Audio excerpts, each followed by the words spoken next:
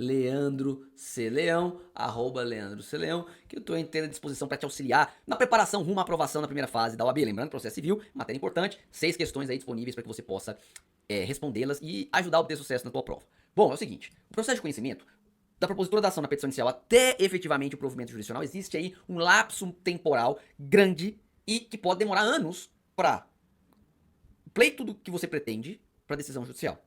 Só que muitas vezes não dá para esperar esse tempo todo. Há necessidade aí de uma decisão judicial mais célere e rápida. Daí que existe um instituto processual que possibilita o juiz conceder algo com uma certa urgência quando ele verifica alguns elementos, já pode antecipar alguns pedidos. Não vai ser uma decisão definitiva, mas em se tratando, por exemplo, de uma situação de urgência em que o autor da demanda é um paciente que tem uma grave enfermidade, corre risco de morte em 30 dias e um processo não dura 30 dias, ele pode se valer dessa medida processual a fim de obter o provimento jurisdicional.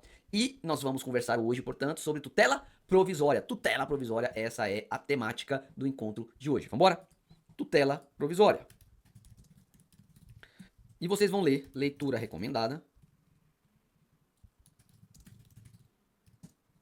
Artigos 294 a 311 do CPC. 294 a 311 do CPC. E no que consiste aí efetivamente, pessoal, número 1 conceito, tutela provisória. Porque é o seguinte, o que você hoje? Vamos embora?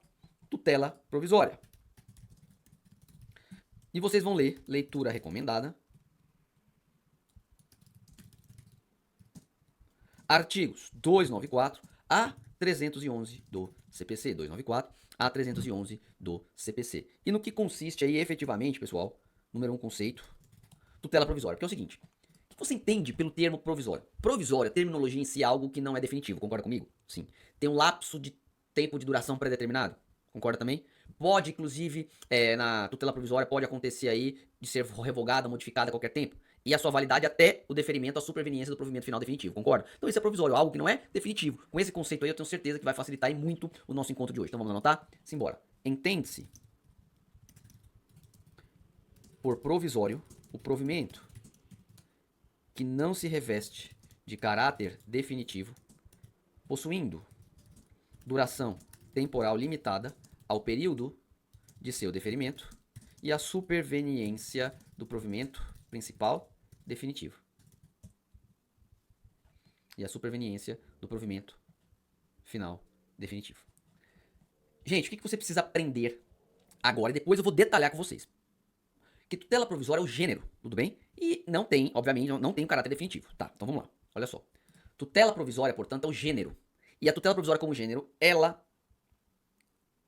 pode aí, a tutela provisória como gênero, ela pode ser, ela possui, na verdade, ela possui duas espécies, tutela provisória de urgência e a tutela provisória de evidência. Então você tem que lembrar disso. Vamos fazer um esqueminha aqui para ficar mais fácil no teu caderno. Então, nós temos aqui a tutela provisória como gênero. E este gênero possui duas espécies, tutela provisória de urgência e a tutela provisória de evidência.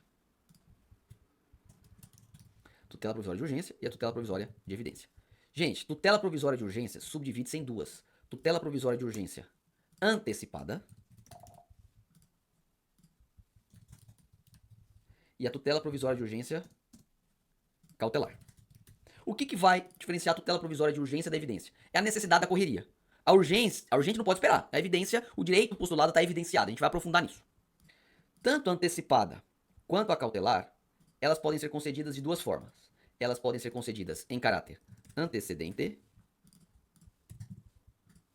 ou elas podem ser concedidas em caráter antecedente. Não tá dando aqui. Ou em caráter o quê? Incidental. Em caráter antecedente ou em caráter incidental. Como assim, professor? Eu já vou explicar. Segura aí. Segura que eu já explico.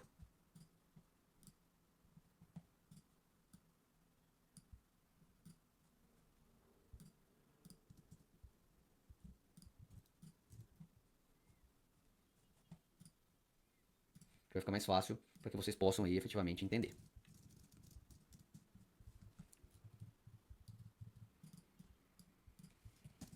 Estou montando o esquema aqui para ficar mais fácil. Montando ao vivo o esquema. Já a tutela de evidência, ela somente pode ser concedida em caráter incidental. Então, peraí, que eu vou explicar. Tutela provisória é o gênero que abrange duas espécies. Tutela provisória de urgência e a tutela provisória de evidência. Na tutela provisória de urgência, aqui, pessoal, leva em consideração o fator corrida, necessidade. Não dá para esperar. Já a de evidência não tem urgência e leva em consideração o quê? As evidências constantes no processo. A urgência, existem duas classificações, antecipada e cautelar. A antecipada, meu povo, ela possui natureza satisfativa. Ela possui natureza satisfativa. O que significa isso? Possuir natureza satisfativa. Ela, pessoal, satisfaz, no todo ou em parte, a pretensão do autor. Já a cautelar, ela não possui natureza satisfativa. Ela possui a natureza garantidora. Garantidora. O que significa isso? Ela vai garantir o resultado útil do pedido principal. Então vamos lá. Quando eu estou diante de uma situação que não dá para esperar, tutela provisória de urgência. Quando eu estou diante de uma situação que o direito postulado é evidente, tutela provisória de evidência. A gente vai estudar isso, só precisa que você entenda a dinâmica. Dentro da urgência eu tenho duas tutelas provisórias de urgência, a antecipada e a cautelar. Se o meu objetivo é satisfazer no todo ou em parte a pretensão do requerente, vou pleitear a antecipada. Se o meu objetivo é garantir que dê tudo certo com o pedido principal, garantidora cautelar. Vou dar alguns exemplos para que vocês possam aí identificar se a medida pleiteada é antecipada ou cautelar, fechado? Um paciente com grave enfermidade necessita de submeter a um procedimento cirúrgico que ele corre risco de morte. Em 5 dias ele morre. 5 dias não, em 30 dias ele morre, se não fizer essa cirurgia. Qual medida vai ser pleiteada? Urgente. Antecipada ou cautelar? Antecipada. Vai fazer com que o juiz conceda antes aquilo que seria concedido depois. Pegaram a ideia? Vai satisfazer a pretensão do requerente. Imagina que autor e réu estão brigando pela propriedade de um veículo. O réu, sabendo que o juiz vai entregar esse veículo para o autor, ele estaciona esse carro num local perigoso, ermo, com os vidros abertos. De duas uma. Ou esse carro vai ser furtado até o final da ação, ou ele vai ser dilapidado pelo tempo. O autor pede que o juiz tire o carro do réu e leve para um depositário para que ele aguarde lá bonitinho e não seja danificado. Essa medida que o juiz concede, ela está satisfazendo ou ela está garantindo? Ela está garantindo, ou seja, vai ser uma medida cautelar, portanto, a ser pleiteada. Perceberam a diferença? Agora eu vou dar um outro exemplo, vocês vão me falar se é cautelar ou antecipado. O réu está me devendo dinheiro, eu peço pro juiz para que o réu me entregue no começo do processo o dinheiro. Antecipado ou cautelar? Antecipado. O réu negativou meu nome indevidamente. Estou pleiteando duas coisas. Eu estou pleiteando que meu nome seja limpo e dano moral. Mas só que meu nome seja limpo precisa ser concedido pelo juiz no começo do processo. Eu estou num financiamento e apliquei para um financiamento bancário e eu necessito efetivamente do meu nome limpo. O juiz concede a medida. Essa medida concedida pelo juiz garantiu ou satisfez? Garantiu um dos meus pedidos. São 2 pedidos, garantiu um deles. Perceberam como funciona? Beleza. E olha só, ela pode ser concedida em caráter antecedente. O que significa isso? Antes do pedido principal ou incidental, pleiteada junto com o pedido principal. Então, antecedente é pleiteada antes do pedido principal. Incidental, pleiteada junto com o pedido principal. Já a tutela provisória de evidência, pessoal, aqui não há urgência nenhuma. Ela só pode ser pleiteada junto com o pedido principal, daí a sua natureza incidental. Pergunto, vocês pegaram a ideia do mecanismo jurídico? Sim, é isso que é importante, é vocês entenderem o mecanismo da tutela provisória. Urgência e evidência. Na urgência tem a antecipada, que é satisfativa, e a cautelar, que é garantidora. Podem ser pleiteadas de forma antecipada antes do pedido principal, incidental junto com o pedido principal. Já a evidência não tem urgência nenhuma, só pode ser pleiteada de uma única forma, incidental. Acabou. Agora nós vamos passar para o desmembramento desta matéria. Fechado? Então bora lá. No item de número 2. Item 2 vai aparecer aí na tua tela. Item 2, características comuns das tutelas provisórias. Características comuns das tutelas provisórias. Quais são as características comuns? Veja, se eu estou falando das características comuns das tutelas provisórias, eu estou falando do gênero, que se aplica a ambas. Primeira característica comum: conserva sua eficácia na pendência ou suspensão do processo, podendo ser revogada ou modificada a qualquer tempo. Foi aquilo que a gente conversou.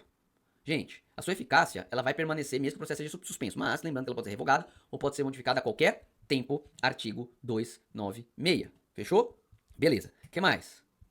O juiz, ele poderá conceder medidas que considerar adequadas para a efetivação das tutelas provisórias. Gente, isso aqui tá ligado à efetivação das tutelas provisórias. O juiz ele pode determinar multa, busca e apreensão, ASTRAN. Para quê? Para que aquilo que ele deferiu seja efetivamente cumprido. Tudo bem? E a competência? Será de quem? Do juízo competente para o julgamento do pedido principal. E na pendência de recurso e ações de competência originária será do próprio tribunal. Do próprio tribunal. Como assim? Ó, vamos lá. Se por um acaso eu vou pedir uma tutela provisória de urgência antecipada antecedente, antes do pedido principal. Qual que vai ser a competência? Eu tenho que olhar para o pedido principal. Qual vai ser a competência do pedido principal? Ah, é regra geral do domicílio do réu? Então eu vou propor o meu pedido lá. Na pendência de recurso, peço direto pro tribunal. Direto pro tribunal. Se tiver em fase de apelação, surgiu alguma urgência, não vou pedir para o juiz de primeira instância, vou pedir onde o processo está, no tribunal. Em se tratando de ação de competência originária também, é diretamente lá no tribunal que se pleiteia. Fechou? Então, pessoal, essas são as características aí comuns da tutela provisória. O que eu vou fazer agora? Agora eu vou começar a diferenciar. Eu quero falar das tutelas provisórias de urgência primeiro. Aí depois nós falamos da de evidência quando esgotar o estudo das de urgência. Estamos conversados? Belezinha, pessoal? Então vamos para cima. Item de número 3.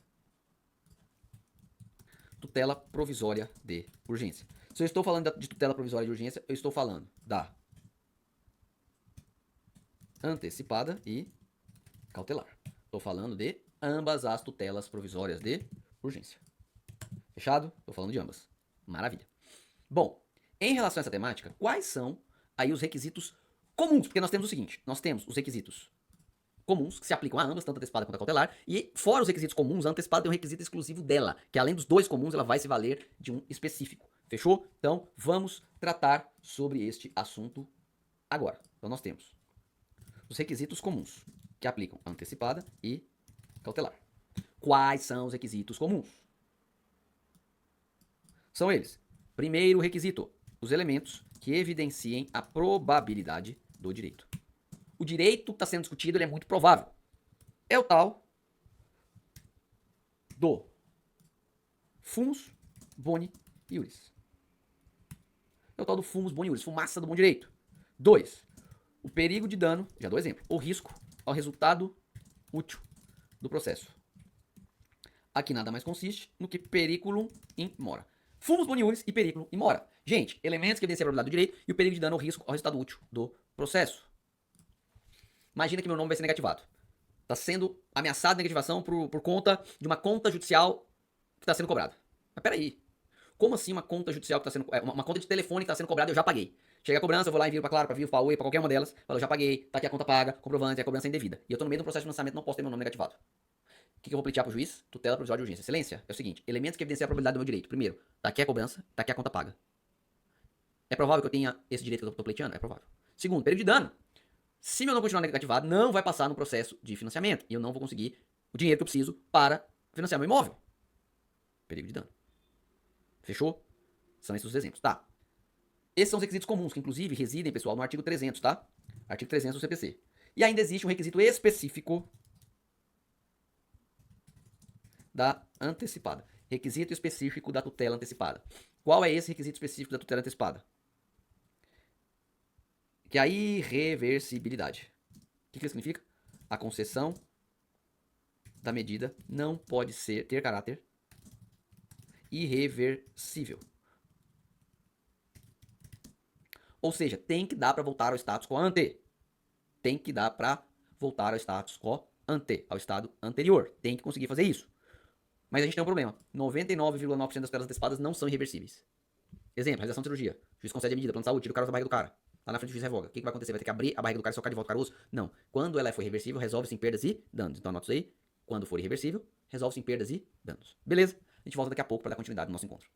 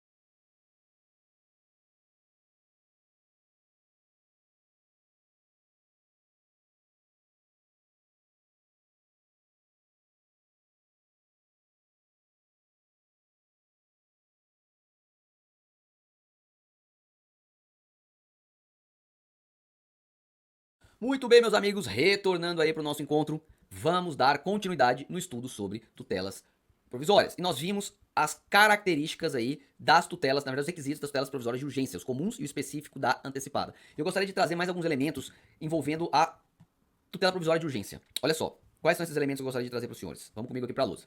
Veja, que o magistrado poderá exigir caução real ou fidejussória. Ele pode exigir. Para conceder, precisa de caução, precisa de garantia. Por quê? Porque a responsabilidade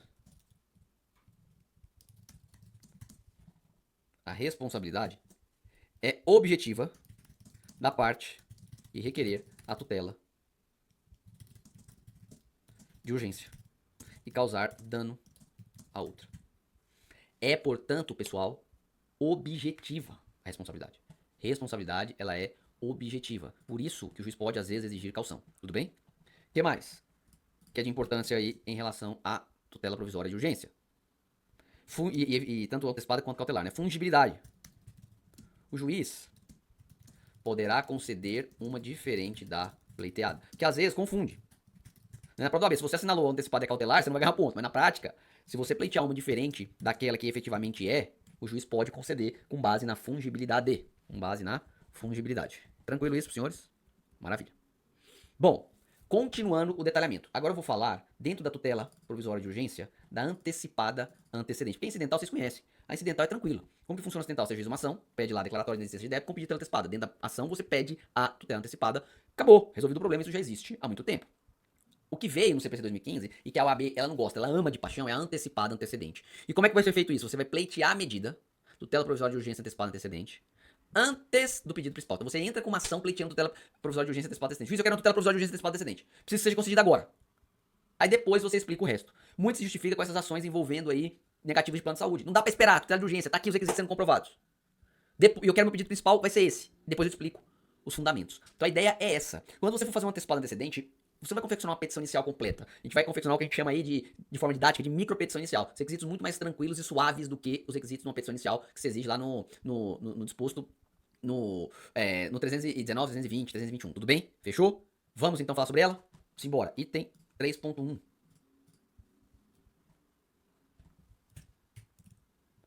Tutela provisória de urgência. Tutela provisória de urgência. Antecipada, antecedente. Tutela provisória de urgência, antecipada, antecedente.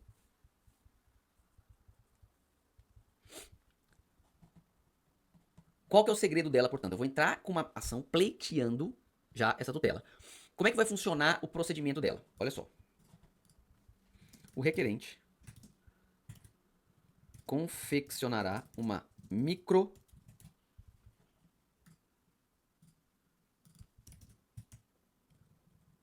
elaborará, fica melhor, uma micro petição inicial. Os requisitos dessa micro petição inicial estão lá no artigo 303. O que ele vai fazer? Vai requerer cumprir os requisitos da tutela antecipada e a indicação do pedido final. Aí ele vai expor o conflito, né, o direito que ele busca realizar, o período de dano, o risco resultado do processo. Acabou. Explicar o pedido principal, fundamental, vai ser feito em outro momento. Em um momento posterior. Pegar a ideia? Isso cai bastante, tá? Feito isso, o que acontece? O autor deverá, concedida a medida, né? Concedida a medida pelo juiz, o autor deverá completar a inicial no prazo de 15 dias. Réu será citado e intimado para a audiência de conciliação ou mediação e segue o rito comum.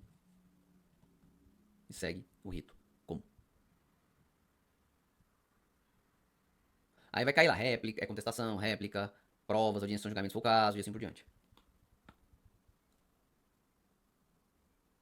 Fechado? Então é isso. Aí tem algumas observações, por exemplo. Se o réu não. O autor, desculpa. Se ele não providencia o aditamento da petição inicial, a complementação dessa petição inicial, o que ele faz? Quando o juiz concede a medida, o autor ele tem que completar a petição inicial formulando toda a tese dos pedidos principais, trazendo a melhor doutrina, a melhor jurisprudência, etc. Se ele não fizer isso, o que acontece? O processo será extinto sem resolução de mérito. São 3 observações que eu quero fazer, essa foi a primeira. Segunda observação. Se o juiz entende que não foram preenchidos os requisitos autorizadores da concessão da medida, o que ele faz? Ele vai determinar a emenda da petição no prazo de 5 dias. Beleza. Tudo bem? Ótimo. Terceira observação: se foi concedida a medida e não houve a interposição de recurso pela parte contrária, então o juiz concedeu a medida, o réu não interpôs o recurso, o que vai acontecer? Presta atenção, essa medida não é provisória, não pode ser revogada ou modificada a qualquer tempo, ela se torna estável, gerando os seus efeitos futuros. E qualquer das partes pode demandar a outra no prazo de até 2 anos, no intuito de rever, reformar ou invalidar essa tutela antecipada e estabilizada. Eu vou repetir. A lei fala o seguinte: olha, se a parte contrária não interpuser o recurso adequado, ou seja, o agravo de instrumento no caso do juiz de primeira instância que defere a tutela provisória de urgência antecipada antecedente, essa decisão que é provisória pode ser modificada ou revogada a qualquer tempo, ela se estabiliza. É um efeito punitivo pela não recorrência contra a concessão dessa medida. Beleza? Estabilizou. Acabou. Não pode ser discutido? Claro que pode. Essa discussão pode acontecer com uma ação própria a ser juizada no prazo de até 2 anos. Ah, professor, isso parece muito com coisa julgada. Mas não é coisa julgada. Por quê? Porque o pedido principal nem está sendo discutido ainda. Isso é um efeito novo trazido pelo CPC 2015. É isso que você precisa saber. Não recorreu à parte contrária, estabilização, mas em 2 anos as partes podem interpor uma ação, ou interpor não, desculpa, propor uma ação para rever essa situação aí de estabilização da tutela provisória de urgência antecipada antecedente. Fechou? Vamos anotar essas 3 observações importantíssimas. Bora. Observações. Primeiro, não sendo realizado o aditamento do processo, este será extinto sem resolução do mérito.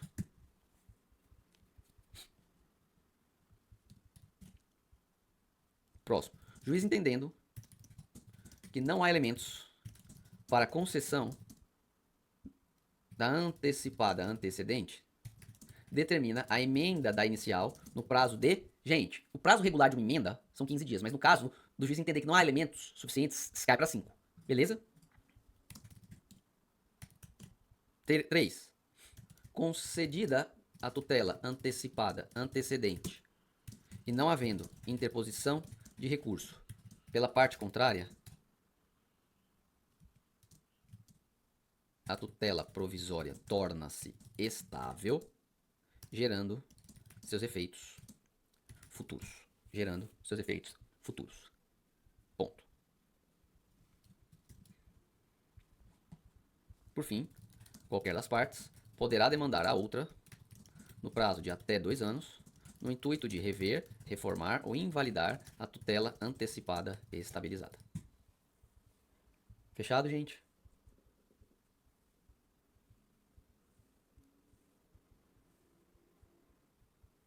Tranquilo em relação a isso?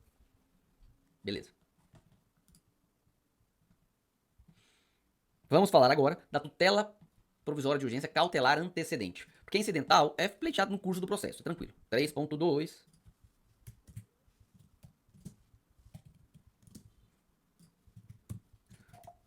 Tutela provisória de urgência cautelar antecedente. A antecipada a gente já viu que serve para satisfazer a pretensão do requerente no todo ou em parte. Já cautelar, vamos só definir, chama-se tutela cautelar a tutela de urgência do processo destinada a assegurar o resultado útil do processo principal. Beleza. Aí o que acontece? Nesse caso aqui, eu vou... Imagina que é um devedor, no qual a dívida vence daqui 30 dias, só que ele se preparando para não pagar o seu credor, ele começa a dilapidar seu patrimônio. Bom, o credor verificando isso, não, peraí, esse cara não vai ter dinheiro para me pagar. O que eu vou fazer agora? Sabe o que ele vai fazer? Vai pleitear uma cautelar de arresto para impedir que ele venda os seus bens. Ele já pode cobrar a dívida? Não pode, porque a dívida nem se venceu, mas só que ele tá garantindo que vai dar tudo certo quando o vencimento da dívida. Perceberam? Aí o que acontece? O juiz defere a medida. Efetivada a cautelar, o pedido principal deve ser formulado no prazo de até 30 dias. É isso mesmo. E o réu é citado para contestar a cautelar no prazo de 5 dias. Tudo bem? No prazo de 5 dias. Se o pedido principal não for deduzido em 30 didias, o juiz ele pode julgar improcedente aí a cautelar. Tudo bem? E vai cair tudo. Beleza? Vamos então escrever algumas coisas principais sobre esse assunto.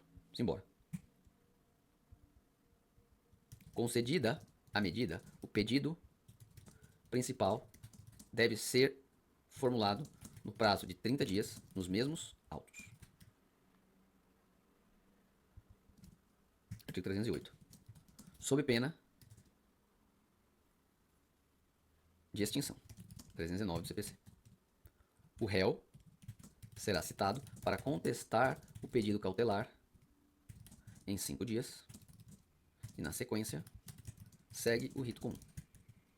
E o julgamento do pedido cautelar não repercute no pedido principal, salvo reconhecimento de prescrição e decadência. Não é porque perdeu a cautelar, que o juiz não deferiu a medida para evitar a dilapidação patrimonial, que meu pedido de cobrança vai ser julgado improcedente também. Claro que não. Uma coisa independe da outra. Uma coisa independe da outra. Fechado? Tudo bem até aí, pessoal? Maravilha. Excelente maravilha. Bom, aí restou, portanto, falarmos sobre a tutela provisória de evidência no item de número 4.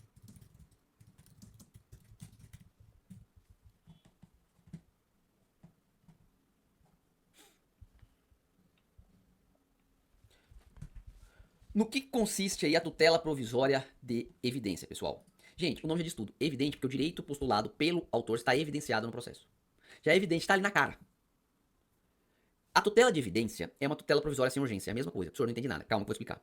Qual é o efeito prático da tutela antecipada? Fazer com que o juiz conceda antes aquilo que seria concedido depois. Qual é o efeito prático da tutela de evidência? Fazer com que o juiz defira antes aquilo que seria concedido depois.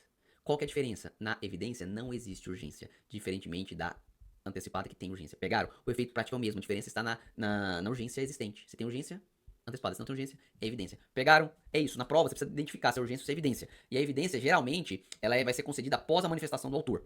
Beleza? Após a manifestação do réu, desculpa. Vamos lá, eu vou explicar pra vocês. A de evidência está no 311. No que consiste? É uma medida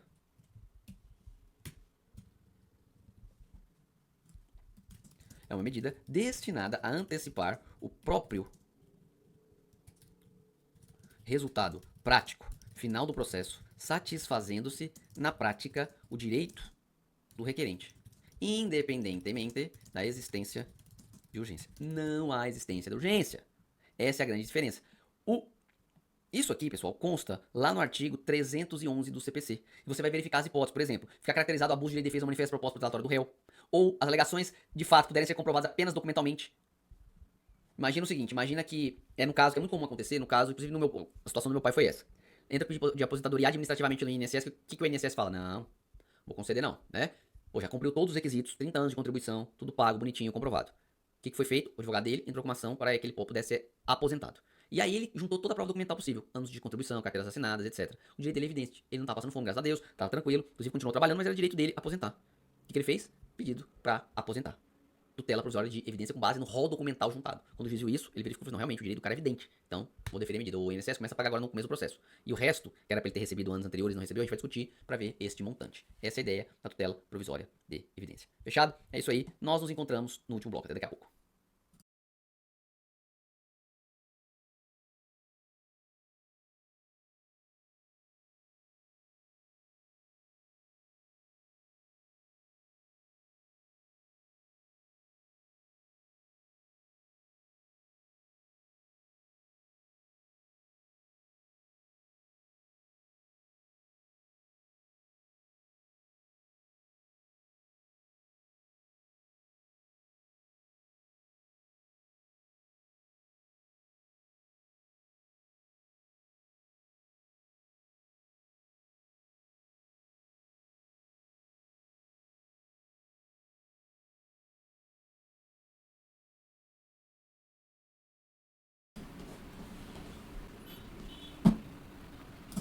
Bem-vindo de volta ao nosso último bloco do encontro de hoje. E justamente nós conversamos sobre as tutelas provisórias nos dois blocos anteriores. Porque o processo, ele tem o seu tempo de duração até o provimento jurisdicional. E existem situações que não dá para esperar. E aí há a necessidade de se ter uma decisão provisória para tutelar uma situação, seja porque há urgência, há a necessidade de garantia do resultado útil do pedido principal, ou então há a necessidade de se antecipar um dos pleitos, ou então o direito postulado ele é evidente e há a possibilidade de concedê-lo antes mesmo do provimento jurisdicional. Mas, como é que vai funcionar esse passo a passo do processo? Então eu quero fazer com vocês agora como é que vai funcionar o processo desde a propositura de uma demanda até a prolação de uma sentença, do provimento jurisdicional. Então eu quero fazer com vocês o fluxograma do processo de conhecimento de rito comum, porque quando estudarmos a execução, o processo de execução, a gente vai estudar também o passo a passo dela, fechado? Então vamos para o caderno. Primeiro assunto desse último bloco, fluxograma do processo de conhecimento de rito comum. Como é que vai funcionar? Então, vou fazer o passo a passo para os senhores, tá bom? Então, eu quero dar início a uma demanda, a necessidade de confeccionar qual peça processual? Uma petição inicial. Então, petição inicial. Tá no 319 e 320 do CPC. Petição inicial confeccionada, bonitinha. Aí o processo ele vai para a mão do juiz. O juiz ele vai verificar se está tudo certo com esta petição inicial. E ele vai proferir o chamado juízo do quê? Juízo de admissibilidade. Juízo de admissibilidade. Aí nós vamos observar os artigos 330 a 332. Juízo de admissibilidade. Sendo que, no juízo de admissibilidade, o juiz ele possui 3 opções. Quais são as opções que o juiz possui? Opções do juiz. Primeira opção do juiz.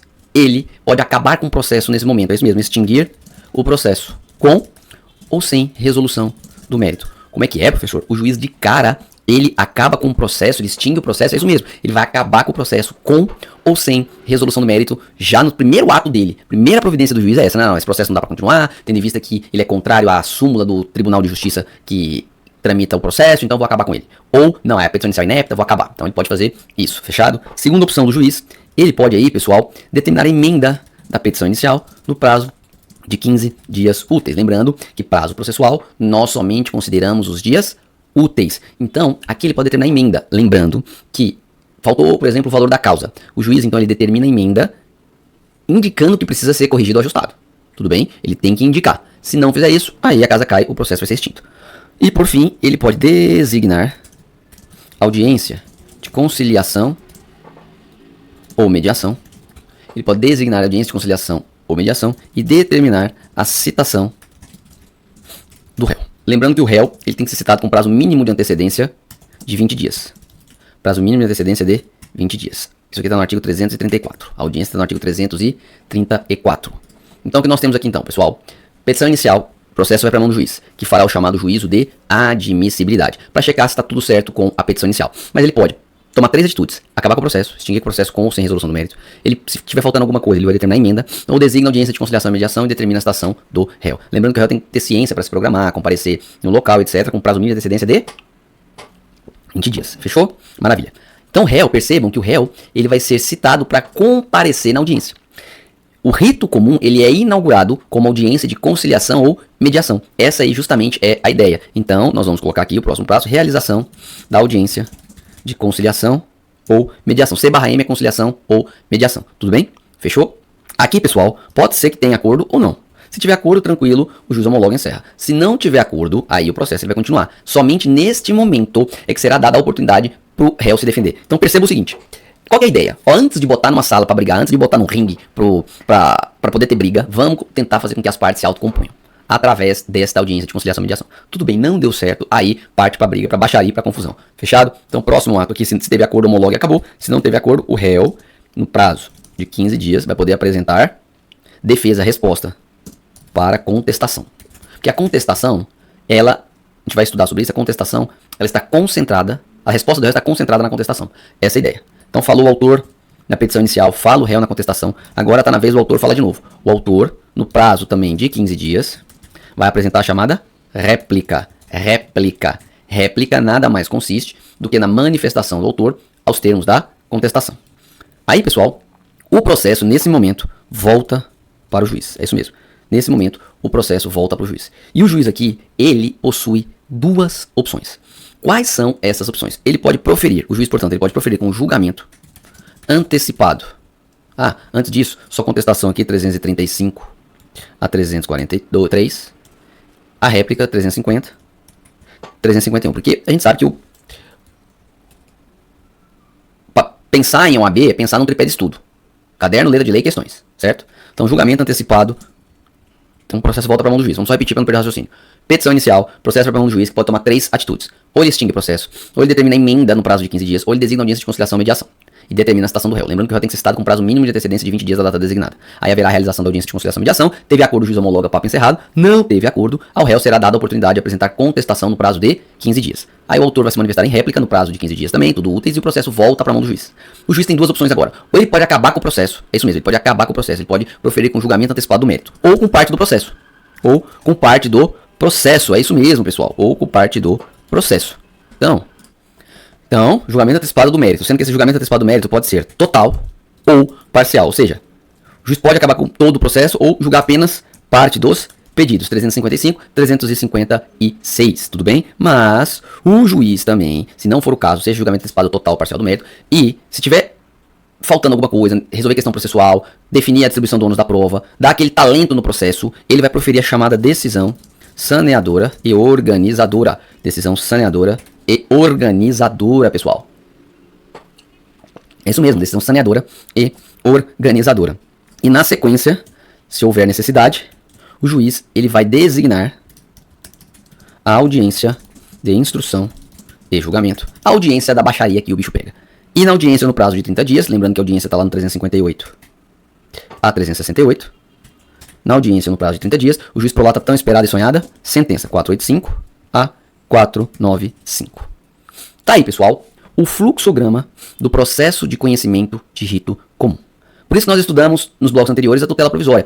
Imagina um paciente com grave enfermidade, como a gente falou no exemplo. Poxa, não dá para esperar todo esse passo a passo para ver o seu bem da vida tutelado. Então há essa necessidade de se pleitear uma tutela provisória. Fechou? Tudo tranquilo aí para os senhores? Excelente e maravilha. Muito bom. Daí, o que nós vamos fazer? A gente vai passar alguns encontros aí estudando cada um desses elementos do fluxograma. Então é importante que você, depois que passar para o caderno, passe com uma folha avulsa para memorizar, porque muitas vezes você consegue resolver uma questão só se situando dentro do processo. Não, peraí. Essa questão diz respeito a tal momento processual. Essa alternativa aqui tem um momento processual posterior, momento processual anterior. Você já descarta, já elimina essa alternativa. Fechou? Estamos conversados? Excelente. Bom, vamos agora falar então sobre o primeiro ato processual deste fluxograma, que é justamente a petição inicial. Bora pro caderno conversar sobre ela. Petição inicial. Em relação à petição inicial, no que consiste a petição inicial, pessoal? Anotem aí. É o ato que dá início ao processo. É o ato que dá início ao processo. E define os contornos. Subjetivos, que são as partes, e objetivos, que são os fatos e fundamentos jurídicos de onde? Da lide.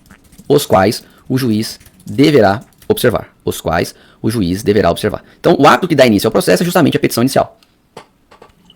Então é a petição inicial que, num primeiro momento, vai nortear aí a atividade jurisdicional. Ela que vai delimitar. São esses os sujeitos, as partes que serão atingidas pelo provimento jurisdicional. E essa é a fundamentação de fato e fundamentação jurídica a ser observada. O juiz tem que decidir com base nela, senão acontece de ter aquelas decisões ultra, extra, citra ou infra, petita. Lembram disso? Bom, e quando efetivamente o processo se inicia? Ele se inicia com o protocolo da petição inicial. Então vamos colocar essa observação aí? Simbora. Então, observação. Início do processo. Protocolo da petição inicial. Protocolo da petição inicial. Tá lá no 312. Isso aqui tá no 312 CPC. Fechou? Beleza, gente? Maravilha. Para que uma petição inicial ela seja aceita, há a necessidade de preencher alguns requisitos. E, gente, essa peça ela é extremamente solene. Mas pensa numa peça que é solene, a petição inicial. Então, eu quero conversar com os senhores justamente sobre essa petição essa peça que é tão solene, os requisitos dela. A gente vai passar rapidamente por eles. Fechou? Então vamos lá. Em relação aos requisitos, item de número 2. Deixa eu botar mais bonitinho aqui. Item 2, requisitos. Requisitos da petição inicial. O norte da petição inicial está lá no 319, mas tem que observar o 320 e também o 106, inciso 1, tudo do CPC. Primeiro requisito, endereçamento. Que é o juiz ou tribunal competente. Quem será o competente para o julgamento dessa demanda? É isso que a gente precisa verificar. 2. Qualificação das partes. Para verificar a legitimidade, né? Quem é autor, quem é réu, com CPF, endereço eletrônico, tudo bem? Tem que ter um endereço eletrônico, se não souber, já indica na petição inicial. Isso é requisito. E é claro, lá no 319, parágrafo 3º, que se for excessivamente oneroso obter algum dado, não tem problema, o processo vai prosseguir da mesma forma. 3. Causa de pedir. Gente, toda vez que vocês ouvirem sobre causa de pedir, ela é formada por dois elementos, fatos e fundamentos jurídicos. Então, falou em causa de pedir, fatos e fundamentos jurídicos. Causa de pedir, fatos e fundamentos jurídicos. Tranquilo? Fatos e fundamentos jurídicos. 4. Valor da causa, ou antes do valor da causa, pedido. Pedido. Gente, o pedido, ele é a pretensão levada ao estado do juiz. Como regra, ele deve ser certo e determinado. Tá lá no 322 e 324. Como regra, deve ser certo e determinado, tudo bem? Só que existem algumas possibilidades lá no 324 de pedido genérico, como nas ações universais, nas decorrências de ato ou fato ilícito, e que dependam do réu. Então depois dá uma lidinha lá no 324, mas a regra é que seja certo e determinado. Não pode ser genérico, a não ser, por exemplo, nas decorrências, do exemplo, né, lá no 324, decorrências de ato ilícito. Poxa, a pessoa foi atropelada, tem coma, não sabe ainda quais são os prejuízos que ela vai ter e as necessidades de tratamento, cirurgias, até ela levantar do coma. Então, há necessidade, portanto, de se formular um pedido genérico, que o réu seja condenado a todos os prejuízos que o autor venha a ter ao levantar do coma. Ponto. Fechou? Bora pro quinto requisito. Quinto requisito. Valor da causa. Aí eu preciso que vocês se atentem ao 291 a 293. E o valor da causa leva em consideração o montante pleiteado. Mas aí tem algumas questões também envolvendo o valor da causa que eu gostaria que vocês lessem aí o 291. Tudo bem? Lembrando que para propor uma ação tem que pagar custas. Senão, não pagar custas, haverá o cancelamento da distribuição. Sexto requisito são as provas. Sétimo. Aí você vai destacar aqui, ó. Opção do autor pela realização ou não da audiência de conciliação ou mediação. Gente, eu não falei que o rito comum ele é inaugurado como audiência de conciliação e mediação? Essa audiência ela é obrigatória. Ah, professor, na minha cidade, calma, não interessa a cidade, o que interessa é o que está na lei. Mas pode ser, a gente vai ver em aula própria, que não seja realizada essa audiência. Tudo bem? Pode acontecer de não ser realizada. E se essa audiência não for realizada por dois motivos, porque o direito discutido não permite acordo, ou então porque ambas as partes não querem a realização da conciliação. E o autor cabe dizer que não quer onde? Petição inicial. Na petição inicial. Fechado? Penúltimo requisito aqui, o oitavo. Documentos indispensáveis para a propositura da ação. Documentos indispensáveis para a propositura da ação. Pô, você vai discutir sobre a nulidade de uma cláusula contratual. O que é indispensável? Contrato, né? E por fim, 9, o artigo 106, inciso 1, que é o endereço do advogado que receberá as intimações. Beleza? E se faltar algum requisito, você já sabe, prazo de 15 dias para poder ajustar. Beleza? Tranquilo até aqui, pessoal? Maravilha. Bom, a gente viu que no juízo de admissibilidade, o juiz ele pode extinguir o processo. Então, essa extinção do processo pode ser com ou sem resolução de mérito. E eu vou aqui, na verdade, falar sobre isso, que é a sentença de improcedência liminar ou indeferimento da petição inicial. O que eu vou focar agora nesses minutos finais de aula? Eu vou focar apenas e tão somente no procedimento da apelação, que é diferente de quando estudarmos apelação em aula própria, tá? Então vamos lá. Juízo de admissibilidade. Então o juiz pode proferir sentença aqui? Pode, como nós já vimos. Juízo de admissibilidade. Da petição inicial que a gente tá, né? Então, o juiz ele pode proferir sentenças. Sentenças que ele pode proferir. Ele pode proferir ou a sentença de improcedência liminar, lá do 332, aqui, pessoal, a extinção com resolução do mérito, tá? Tudo bem? Extinção aqui é com resolução do mérito.